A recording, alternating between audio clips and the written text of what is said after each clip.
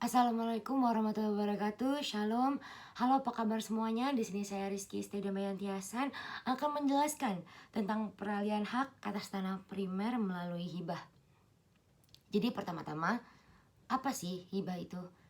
Hibah ini dalam arti pemberian juga bermakna bahwa pihak penghibah bersedia melepaskan haknya atas benda yang dihibahkan. Dikaitkan dengan suatu perbuatan hukum, hibah termasuk salah satu bentuk pemindahan hak milik. Pihak penghibah dengan sukarela memberikan hak miliknya kepada pihak penerima hibah tanpa ada kewajiban dari penerima untuk mengembalikan harta tersebut kepada pihak pemilik pertama. Dalam konteks ini, hibah ini memang sangat berbeda dengan pinjaman yang mesti atau harus memulangkan atau dipulangkan kepada pihak semula. Dengan terjadinya akad hibah, maka pemilik sekarang dipandang sudah mempunyai hak penuh atas harta itu sebagai hak miliknya sendiri. Hibah tanah merupakan pemberian seseorang kepada orang lain dengan tidak ada penggantian apapun dan dilakukan secara sukarela tanpa ada kontraprestasi dari pihak penerima pemberian, dan pemberian itu dilangsungkan pada saat si pemberi masih hidup. Jadi hibah adalah peralihan hak atas tanah, merupakan suatu perbuatan hukum yang bertujuan memindahkan hak dari suatu pihak ke pihak lain dan penerima tidak memberikan imbalan dalam bentuk apapun. Berdasarkan pasal 1666 KUH Perdata, pasal 1 ayat 1 menyebutkan hibah ini adalah suatu perjanjian dengan mana si penghibah di waktu hidupnya dengan cuma-cuma dan dengan tidak dapat ditarik kembali menyerahkan sesuatu benda guna keperluan si penerima hibah yang menerima penyerahan itu. Jadi pengertian dari pasal ini yang dinamakan pemberian atau hibah ialah suatu perjanjian di mana pihak yang satu menyanggupi dengan cuma-cuma secara mutlak memberikan suatu benda kepada pihak yang lainnya. Pihak mana menerima pemberian itu sebagai suatu perjanjian, pemberian itu seketika mengikat dan tidak dapat dicabut kembali begitu saja menurut kehendak satu pihak. Jadi berlainan sekali sifatnya dengan sesuatu hibah wasiat atau pemberian dalam suatu statement yang baru memperoleh kekuatan mutlak apabila orang yang memberikan benda sudah meninggal dan sebelum ia selalu dapat ditarik kembali. Di sini terdapat unsur-unsur dan sifat perjanjian hibah. Jadi agar dapat dikatakan tentang suatu pemberian atau perbuatan itu harus bertujuan memberikan suatu hadiah belaka, jadi tidak boleh ada suatu keharusan atau perikatan meskipun hanya berupa naturlich verbintenis atau janji dengan sendirinya. Perkataan pemberian dalam pasal 1666 KUH Perdata dipakai dalam arti yang kata yang sempit, yaitu karena hanya perbuatan-perbuatan yang memenuhi syarat-syarat yang disebut di situ dinamakan pemberian. Misalnya syarat dengan cuma-cuma yaitu pembayaran. Di sini dapat dikatakan tentang suatu formal sketching hanya untuk memenuhi formalitas pemberian atau hibah. Hal-hal yang terjadi dalam perjanjian hibah atau hal-hal yang ada di dalam perjanjian hibah. Yang pertama yaitu objek. Menurut ketentuan yang terdapat dalam pasal 1667 KUH Perdata, hibah hanyalah dapat mengenai benda-benda yang sudah ada. Jika hibah itu meliputi benda-benda yang baru akan ada di kemudian hari, maka sekadar mengenai itu hibahnya itu batal. Dari ketentuan yang terdapat dalam pasal ini, maka dapat diketahui bahwa perjanjian hibah adalah benda yang sudah ada baik berupa benda bergerak maupun benda tidak bergerak. Yang kedua yaitu larangan. Hal-hal yang tidak boleh dilakukan dalam penghibahan adalah sebagai berikut. Yang pertama, yaitu KUH Perdata pasal 1668 menyebutkan si penghibah tidak boleh melakukan atau memperjanjikan bahwa ia tetap berkuasa untuk menjual atau memberikan kepada orang lain suatu benda yang termasuk dalam hibah. Hibah semacam itu sekadar mengenai benda tersebut dianggap sebagai batal. Yang kedua yaitu KUH Perdata pasal 1670 menyebutkan suatu hibah adalah batal jika dibuat dengan syarat bahwa si penerima hibah akan melunasi utang-utang atau beban-beban lain selain yang dinyatakan dengan tegas di dalam akta hibah sendiri atau di dalam suatu daftar yang ditempelkan padanya. Yang ketiga yaitu dalam KUH Perdata pasal 1678 menyebutkan dilarang adalah penghibahan antara suami istri selama perkawinan.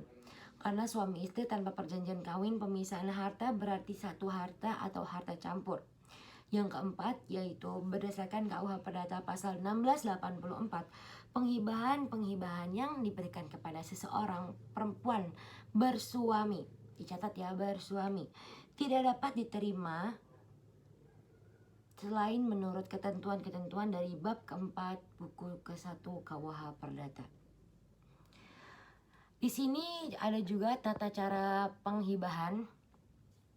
Yang pertama yaitu berdasarkan pasal 1682 KUH Perdata menyebutkan tiada suatu hibah kecuali yang disebutkan dalam pasal 1687. Dapat atas ancaman batal dilakukannya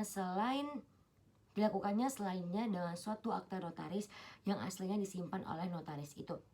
Berdasarkan pasal 1683 KUH Perdata menyebutkan tiada suatu hibah mengikat si penghibah atau menerbitkan suatu akibat yang bagaimanapun selain mulai dari penghibahan itu dengan kata-kata yang tegas telah diterima oleh si penerima hibah itu sendiri atau oleh seorang yang dengan sesuatu akta otentik oleh si penerima hibah itu telah dikuasai untuk menerima penghibahan-penghibahan yang telah kepada si penerima hibah atau akan diberikan kepadanya kemudian hari.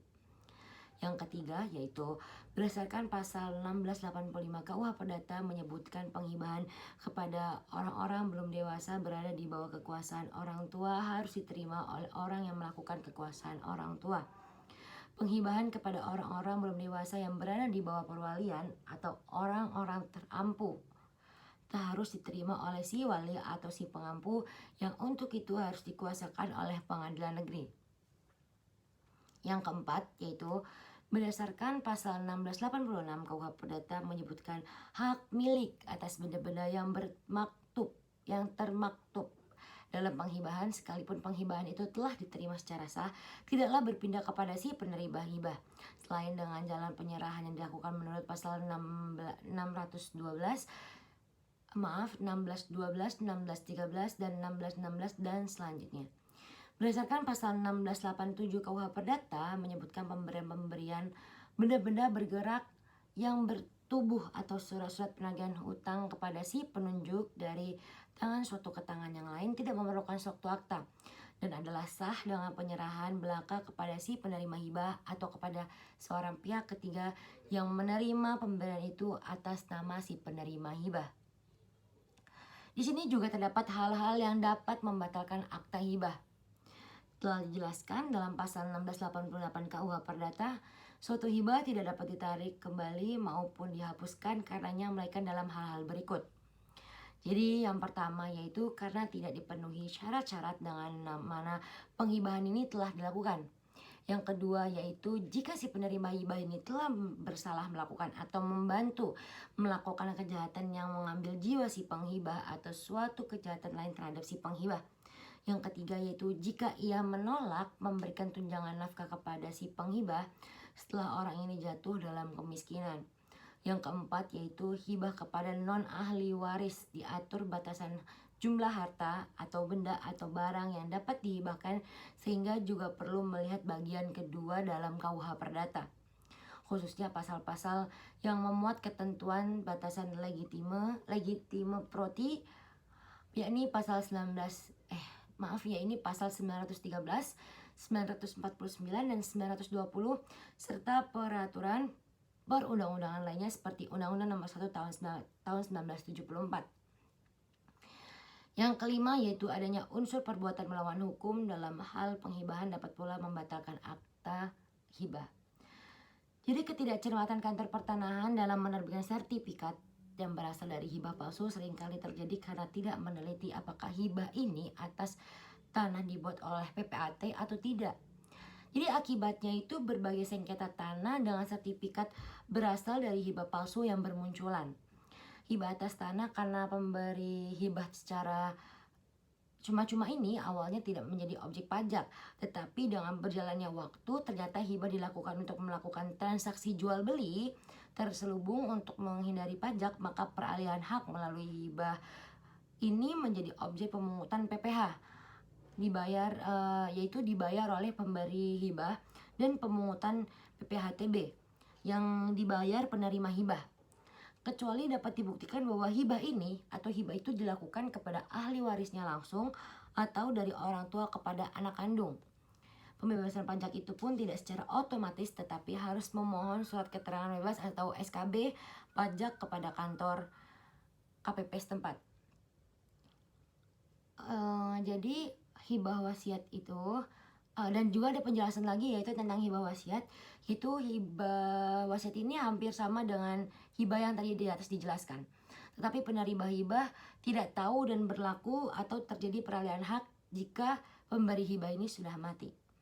Sekian dari penjelasan saya atas penjelasan dari peralihan hak atas tanah primer melalui hibah. Assalamualaikum warahmatullahi wabarakatuh. Shalom.